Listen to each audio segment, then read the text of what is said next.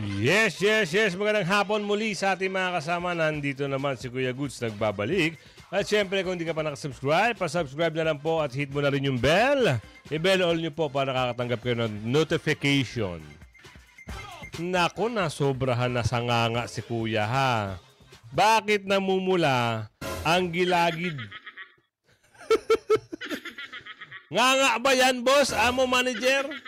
Bakit namumula ang ngalangala? Naku po, ang alam ko lang sa may mga ganyan ay may mga problema. Nakitaan ho ng pamumula habang nagsasalita ang mama.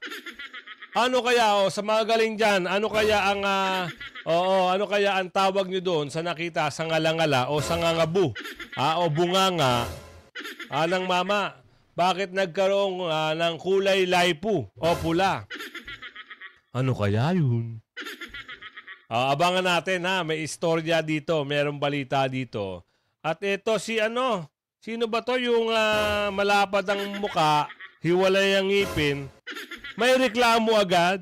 Ang sabi to, attorney, hindi makatao ang mungkahi ng kampo ni Duterte. Wow, kayo makatao kayo? Makatao? Ang lakas mong magsalita. Mamaya abangan nyo sa dulo ng ating video. Pero ipapasok ko muna to. Busog tayo. Nadidighay ako mga kasama. Oo. Isang like, isang share. Samahan mo na subscribe. I-bell nyo po ha. Para meron tayong notification everyday. Ipasok mo Robin. Ang malaking katanungan ng mga Pilipino. Okay pa ba ang ating presidente? Nakita nyo na ba ito? Nasa kalagitnaan ng pagsalita si BBM at biglang namula ang bahagi ng kanyang ngipin. May nganga ka ba? O nagnganga ka? Kasi pag mga alam ko, mga namumula ang ngipin nagnganga lang Pero pag may problema, yun ang hindi ko ma-sure ha. Kayo mga kasama. Sabihin nyo nga kung ano problema at ano yung nakikita nyo na kulay pula. Oo. Dahil ba saan yan? Nasira na ba? Ang ngipin? Sinisira niya ang ngipin. Dahil sa isang ano bang tawag doon? Kasi meron akong nakikita. Alam nyo ba yung mga yung mga gumagamit ng candy? Di ba? Nauubos ang kanilang mga ngipin.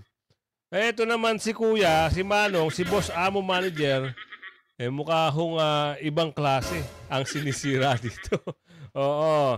Ano sa palagay nyo? Ano kaya ang sisirain dito? Tuloy lang natin. Hindi sila sigurado kung ito ay dugo. Ngunit tiyak na nakuha nito ang atensyon ng taong bayan. Hindi pa sigurado kung dugo. Baka mamaya nagnganga si Manong. Diba? Sino mahilig magnganga dito? Alam natin mga taga-province mahilig magkanga Baka naman nagnganga lang. Kulay red Ngayon, bago magsimulang tumahol ang mga troll. Nangyayari ang mga issues sa ngipin. Maaring isang maliit na bagay. Ngunit maging tapat tayo kapag nangyari ito sa Pangulo, sa isang talumpati, sa kamera.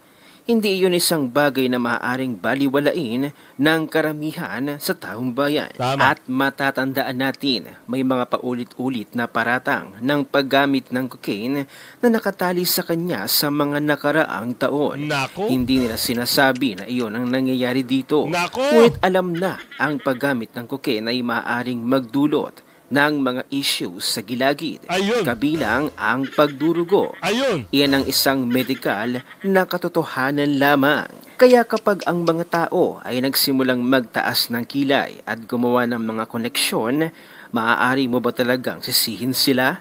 Ayon pa kay Spika Pilipinas, can cocaine use lead to gum or tooth bleeding? Let's read this. Yan. Dito'y pinakita niya na ang paggamit ng cocaine ay maaaring magkaroon ng side effect sa ating buong katawan, including our oral health. Cocaine use, especially when rubbed on the gums or smoked as crack cocaine, can erode the gums and teeth over time. Dito'y binahagi din na ang paggamit ng cocaine ay maaaring magdulot ng overall damage sa ating oral health gaya ng mga sumusunod. Kaya't hindi maiwasang mag-isip ng mga netizens na ang pagdurugo ng ngipin ni BBM sa bahagi ng kanyang ibabang ngipin ay isang malaking katanungan na nasosobrahan na nga ba daw siya sa paggamit ng ipinagbabawal na gamot. Kung last year, April 9, 2024, may natagpo ang puting bagay sa ibaba ng kanyang ilong.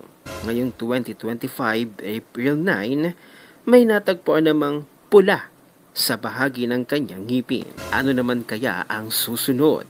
Tanong ng mga netizens. Ayon pa kay Sa, Ano kaya susunod?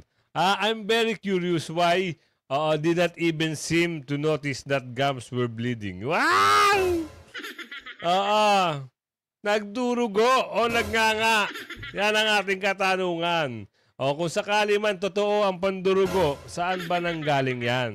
Di ba? Kung sanganga lang yan, okay lang yan. Ox na ox lang yan. Pero yung nababanggit dito, mayroon nababanggit na pulburon at mayroon nababanggit na mga substance. Naku po, ibang usapin na yan.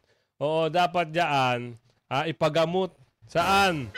Kayo na bahala magtuloy kung saan sa dapat ipagamot. Eto, nagalit na ho si Doc Badoy. Talagang boses na ni Doc Badoy ang maririnig natin dito.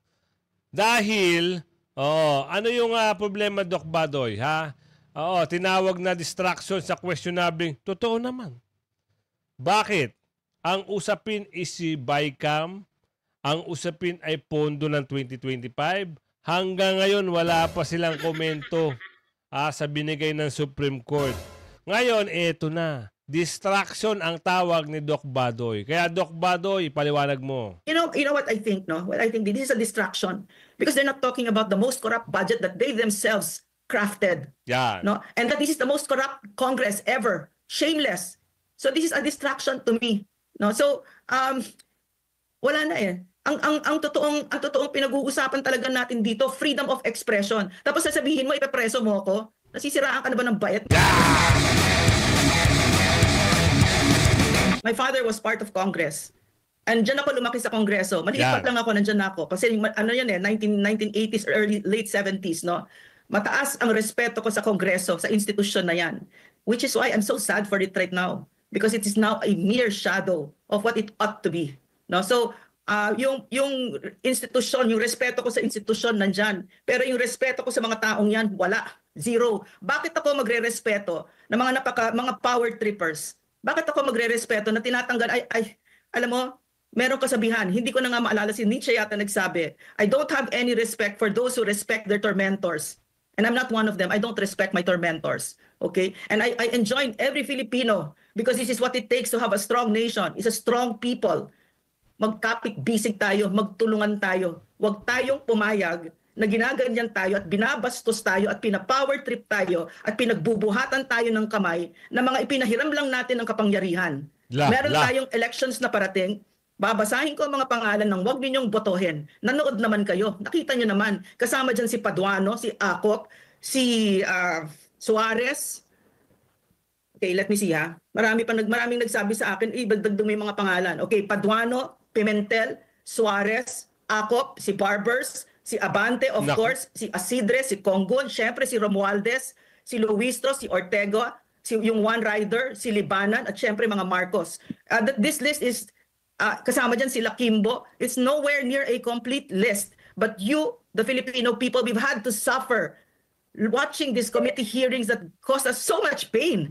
Kasi napakababastos sa Pilipino. No, so, yun yung opportunity na nakikita ko ngayon. This is a beautiful opportunity that has presented itself. Yes. Opo, nasabi po ninyo, nabanggit po ninyo, Doc, kanina na nilalabag ang inyong pong karapatan sa malayang pamamahayag. Papaano po ninyo may papaliwanag po ito, Doc, kung ang utos ay may kaugnayan po sa pagdinig ukol sa fake news o disinformation? What's your question? I'm sorry, hindi ko nakuha. Paano may papaliwanag? Okay, Yes, I got it. yes po. I got it. Because they're not really there. They're not really there to, in order for them to craft laws. No, they're there to persecute. They're there to silence critics. They're there to threaten and humiliate. And any Filipino can see that, no? Kahit ano pa sabihin nila. No, so medyo may mga agenda sila diyan, no? May mga agenda sila, pero yung dahil sa opinion mo on social media, mapepreso ako ng tatlong buwan, or either you will cite me or in contempt. Not even just that, no? Just to threaten me and make me feel afraid to express my opinion, which is what they did, no? With all the vloggers there. Pag hindi ka sumagot ng tama, yung sagot na gusto nila, babastusin ka, di ba? So, yes po. waste of time. Opo. At isa po sa mga doon sa mga tanong ngayon, paano daw, ano yung nagiging basihan daw po ninyo sa pagsasabing ang TRICOM ay nag-abuso ng kapangyarihan? Alam mo yung mga house rules nila, no? Nag-abuso ng kanilang kapangyarihan. Unang-una sa lahat, yung tatawagin mo kami nga, katawagin mo ang mga vloggers para pahiyain at i-harass at i-threaten with citing with contempt, may sampina pa. As I said, no, this Congress has become very bizarre kasi the House rules are they don't even follow it anymore. They just bend it every which way that they can to suit whatever their agenda is, no? So, number one, paano ko nasasabi na nilalabag ang karapatan ko? Mariosep, grabe yung pinaggagawa nila, nagsisisigaw doon at pag mali yung sagot mo. And then they force an apology. Imagine that indignity to force. Kita nyo. Totoo nga sinabi ni Doc Badoy, no? Pagdating ng huli, itong si Boss Amo Manager na taga Distrito 3 ng Maynila. Distrito 3 ba? 5 o sabi natin si Atras Abante. Alam niyo yung pinaiyak niya na si Miss Crisette? Batiin na sila. Sinusuyo na ni... Takot din pala ang mama. Baka mabalikan. May video niya na. Lumabas siya nung hearing. Kasi naman, Boss Amo Manager, dapat ang ginawa mo, hindi ka na kasi sumausaw dyan. Kasi ikaw nga nagsabi, di ba? Sabi mo, nung wala ka sa Twadcom, hindi ka nababas. Nung nasali ka sa Twadcom, nasira ang pangalan mo. Totoo yan. Nasa video yan. Kaya, Boss Amo Manager, hanggat may pagkakataon pa, return back. Ikot, pihit ka agad. Kaso nga lang ang problema, Boss Amo Manager, hindi ka na iboboto sa Maynila. Oo. Okay na sila ni Miss Crisette sabi nga ni Miss Crisette but you did, sabi niya, hindi ko naman gusto pahiyain ka, paiyakin ka, sorry pero ginawa mo sabi ni Miss Crisette. Naku po! Pero yung dalawa, hindi ko nakikita. Pero tama yan Kung gusto mo talaga meron kang peace of mind, Boss Amo Manager, Atras, Abante, sorry. Tama yan, makipagkaibigan ka dun sa mga gusto ipakontempt para yung pangalan mo medyo malinis-linis. At aminin mo na lang na lahat sila ay utos. Sabi ni Aling Ledesma. Magaling to si Aling Ledesma Sabihin mo na rin na talagang merong boss, mga boss-abos na nag-uutos. Di ba? At totoo ba? Totoo ba talaga yung 777? Ganon, dapat ganon. Hindi ka naman, ito lang pag nabanggit mo yan, siguro mabango ka pa sa mas mabango pag ginawa mo yan. Yung mga durobong kasamahan mo, iwanan mo na yun. Hindi ka aasenso ron. Walang magagawa yun kasi nga akala nila malakas si Lulong. Wala. Taong bayan ho ang nakipag-birthday celebration kay Tatay Digong. Kusang loob. Hindi pinilit, hindi binayaran. Walang 500 pesos na involved. Di ba? Gusto niyo malaman kung ano ang katotohanan. Sa Davao. Sa Surigao, sino ba taga Surigao? Akalain mo sa Surigao, in-inspeksyon yung Starlink box ng Comelec, may nadiskubre. Ano kaya yun? Tingnan natin, kilala nyo ba yung taga Surigao? Sino yun? Baka kilala nyo yung taga Surigao. Ito yung balita sa kanila, What's the name of this one? Starlink This. Demoted water. Starlink. Then the next one. Is the Starlink router. Ako ibutan din space lang gamay. Okay. hammers. Okay.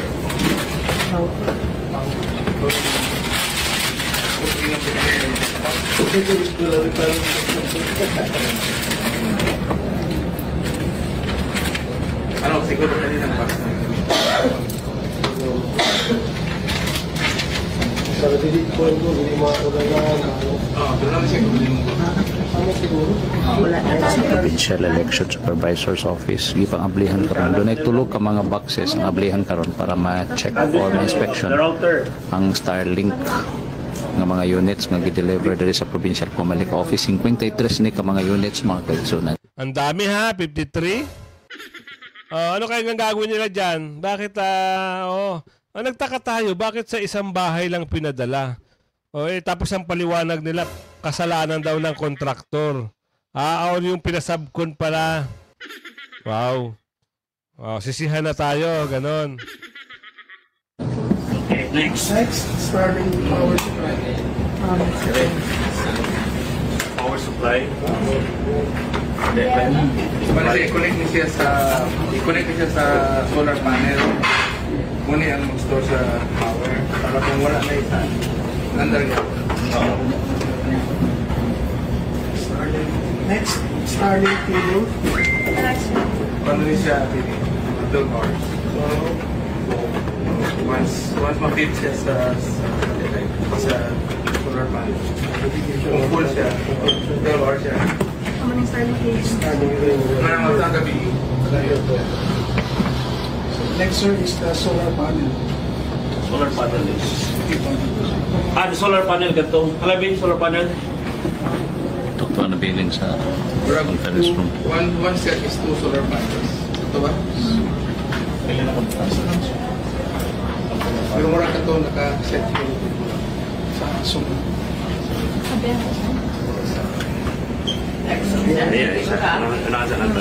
So other peripherals na sa so we have 15 meters land cable.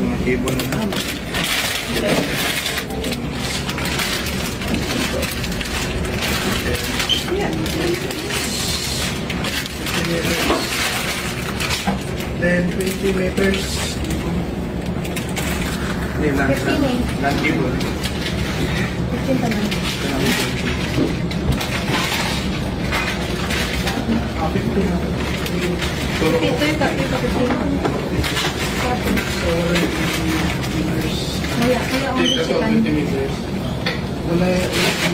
Yan na. Yan yung mga na-discover nila. 53 na ganyan. Ano pa yung mga bagay-bagay na dapat nating intindihin at alamin? Magmula sa mga testigo ng mga KKK na sinasabi nitong marami raw biktima si Tatay Digong. Haharap yung isang babae, malapad ang muka, hiwala ang ngipin. Kilala nyo ba siya? Meron siya mga patutsada na naman. Ito abangan natin ha. Bibigay ko sa inyo yung slide. Kayo na hong bahala umintriga sa kanya ha. Kayo na hong bahalang humusga. Kasi ako hindi ko talaga kilala yung babae na yan. Ang kwento ng lola ko, yan ho daw ay galing bundok. Ito naman lola ko, chismoso. Marites din to eh. Kidding aside ha, may kwento ho. Si Aling Ledesma. Ano ba yung Aling Ledesma? Ano bang katotohanan dyan? What is the behind the girl? Tuloy natin to. Kasama na po natin si Attorney Cristina Conti. Good morning po, Attorney. Ay, medyo lang tayo. May problema. Attorney? Yes, good morning. Hello. Nasa Pilipinas na po ba kayo, Attorney? Yes, nasa Pilipinas na. Ayan. Diretso po tayo agad dito sa issue, no, kung saan ang kampo nga po ng mga Duterte ay ang gusto po nilang mangyari, mungkahin nila, limitahan sa national ID or pasaporte lang ang tatanggapin na valid IDs ng pre-trial chamber para po sa verification ng pagkakakilanlan ng mga biktima. Ano po ang reaksyon ninyo tungkol dito? Hindi makatao. Parang wala namang puso itong sina Attorney Kaufman at kumaga lutang dun sa sitwasyon sa Pilipinas. Grabe. Wala raw puso. Yan ang sabi niya. Paano naman yung pumapanig kay Pangulong Duterte? Ano naman ang sasabihin sa inyo? Kayo ho ay walang balong-balunan. At sasabihin nyo 30,000 ang mga nabiktima. Ganun ba yun? Pilipinas. Parang hindi niya nga kilala kung sino yung mga mag-a-apply na biktima. Tandaan natin na sa loob ng Pilipinas, kilala natin na ang mga biktima yung mahihirap. Sabi nga namin, hindi naman to naging war on drugs, kundi massacre of the poor. At ang passport, sa totoo lang, para lang sa mayaman yan eh. Kasi kailangan mo na... Yan ang requirements eh. Kailangan sundin nyo. Kasi nga, si Tatay Digo nga, dinala doon, kahit walang due process, tuwan-tuwa yung mga nagdala. Tuwan-tuwa rin kayo. Diba? O, sundin nyo ngayon kung ano hinihiling. Kung pinayagan naman ng ICC, di wala kayong magagawa. Ganun lang kasimple. Ang passport para makalipad ng ibang bansa. Ang karamihan sa mga naging biktima, walang ganyan. Ang sinasabi namin ay practicality din. Ilan lang ba ang merong national ID at naudlot pa nga. Hanggang ngayon nga ay hindi pa tuloy-tuloy yung pagpoproseso nito. Kaya doon kami sa naunang listahan na binigay ng Victims Participation and Reparation Section. Doon po ba anong requirement nung una? Ano talaga for pre-trial chamber, ano lang ang requirement para para makalahok po sila? Ang requirements ay aaprubahan nga correct ng pre-trial chamber at ang una nilang i-approve ay yung form. So nauna na meron na isubmit daw na household application form na ginamit nila sa dating mga kaso ng CONI tapos parang sa Ongwen. Ang household application form ay pwedeng i-fill up ng buong bahay imbis ng paisa-isa. Pangalawa, magsasubmit kasi ng ID. At dito na nga nagkakatalo-talo kung anong klaseng ID yung isasubmit. And then pangatlo, kung may supporting documents or iba pang mga dokumento na dapat ibigay, nakasaad naman ito. Naasahan namin aprobahan to sa loob ng siguro April para makasimula na yung application by May. So, kung sakali, Attorney Conti, kung hindi itong mga IDs na to ang ipipresenta syempre ng mga pamilya po ng biktima, anong ID po available ang po pwede kaya nilang maipresenta? At kung sakali man napayagan ito ng pre-trial chamber, may ugnayan na po ba kayo dito sa Philippine government kung posibleng mabigyan halimbawa ng pasaporte at national ID agad itong pamilya ng mga biktima? Naku, alam nyo, una sa lahat, hindi kami dun sa gagawa ka pa ng extra effort. Ang sabi namin, dapat ma-mirror kung ano ba yung sitwasyon sa ngayon. Kita nyo, ayaw nila ng extra effort pala. Pero, ayaw niya ng extra effort. Pero nung nagtatalo sila ni Atty. Panielo, ibang klase ho ang gusto nito. Siya ho lagi ang humaharap. Ngayon, ayaw nyo ng extra effort. Ba. Talaga naman, iba pala ang gusto nila. Gusto nila lagong pumapabor sa kanila. Diyos mio, Marimar. Oo, sa totoo lang tayo ha. Wag ho kayo masyadong maggalak ha, sa tuwa.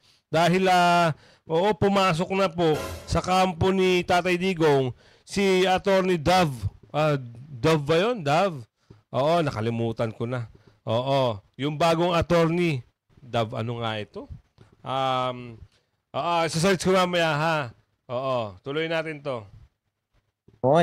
Kailangan kilalanin niya ng korte at tiwala kami dahil sa live victim-friendly court na pakikinggan nila kami. Ang sabi namin, ano bang ID na kami imitan na hawak ng tao? Yung parang maximum na o yung karamihan, UMID. Kasi kasi nandiyan yung SSS, nandiyan yung PhilHealth. Pwede din yung paisa-isang ID ng SSS, PhilHealth, Pag-ibig. Pwede din barangay ID. Pwede din local government ID. Doon sa mga nag-eskwela. Kasi pwedeng itrato yung mga anak na biktima or indirect victim ng pagkamatay ng kanilang mga magulang. Pwedeng school ID. Marami pang ibang ID na kumbaga hawak na natin. At sabi nga namin, yung ultimo, birth certificate dapat ay acceptable na. Kaya lang, medyo sa Pilipinas, ang hirap kasi, para makakuha ng ID, kailangan mo ng 2 valid IDs. Para makakuha ng 2 valid IDs, kailangan mo ng ganito, kailangan mo ng pera.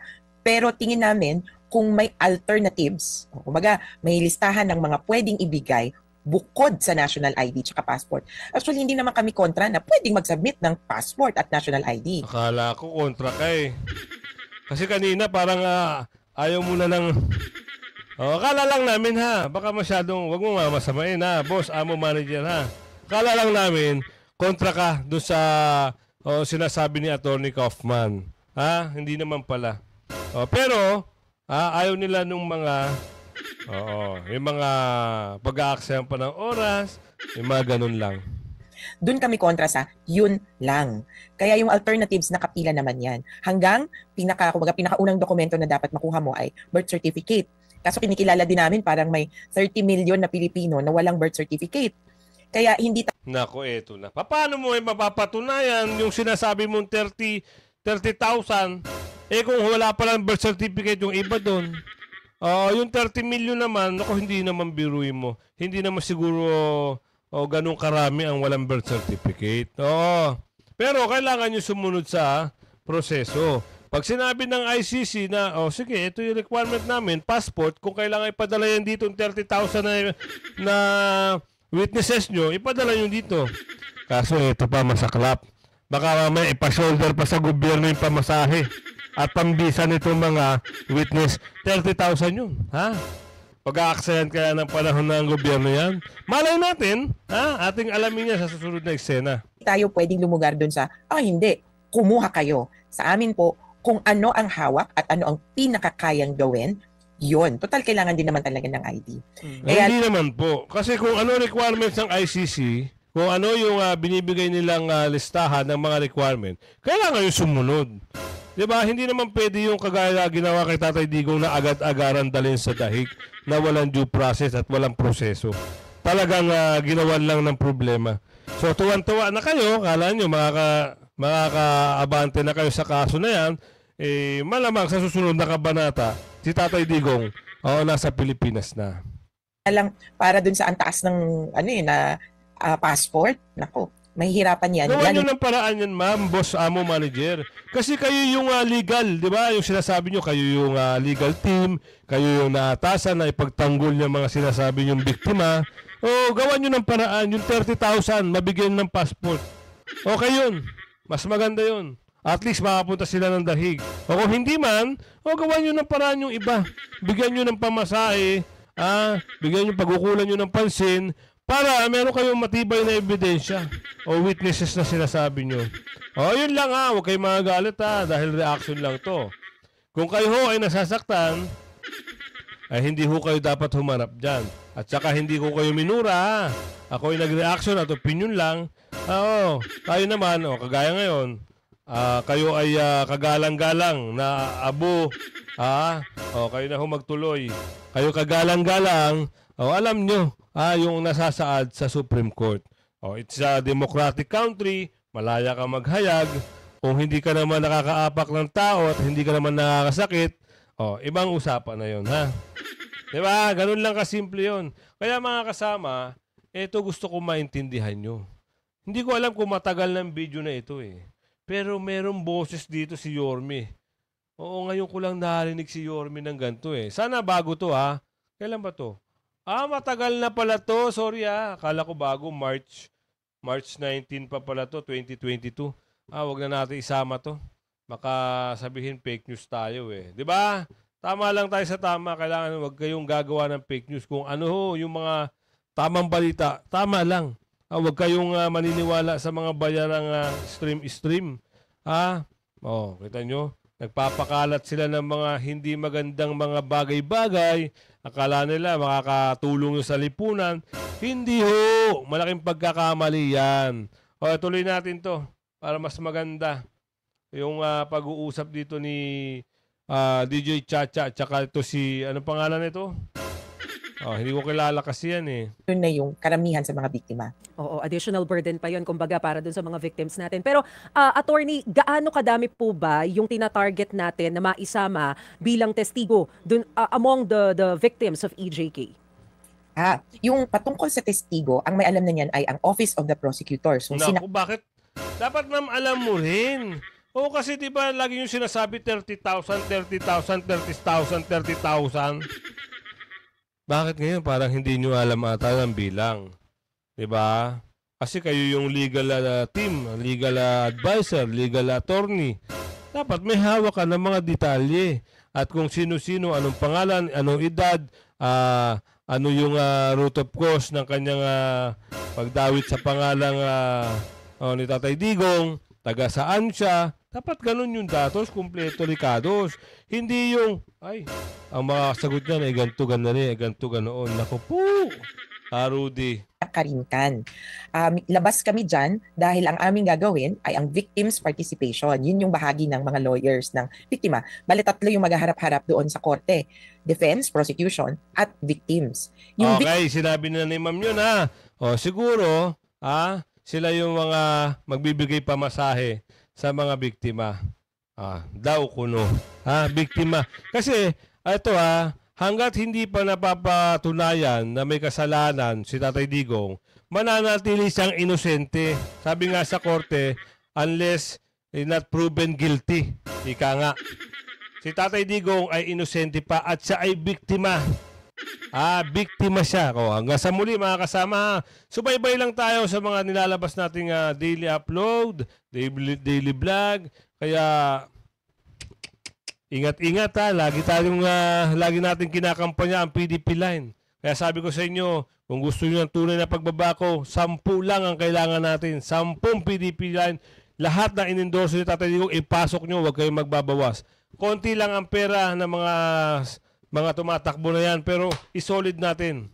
Yan ang makakatulong sa atin pagdating ng 2028. At siyempre, kung gusto nyo yung binibintang kay Bibi Sara, at yung sinampang kaso kay Bibi Sara, sinampang impeachment case, lahat yan mawawala.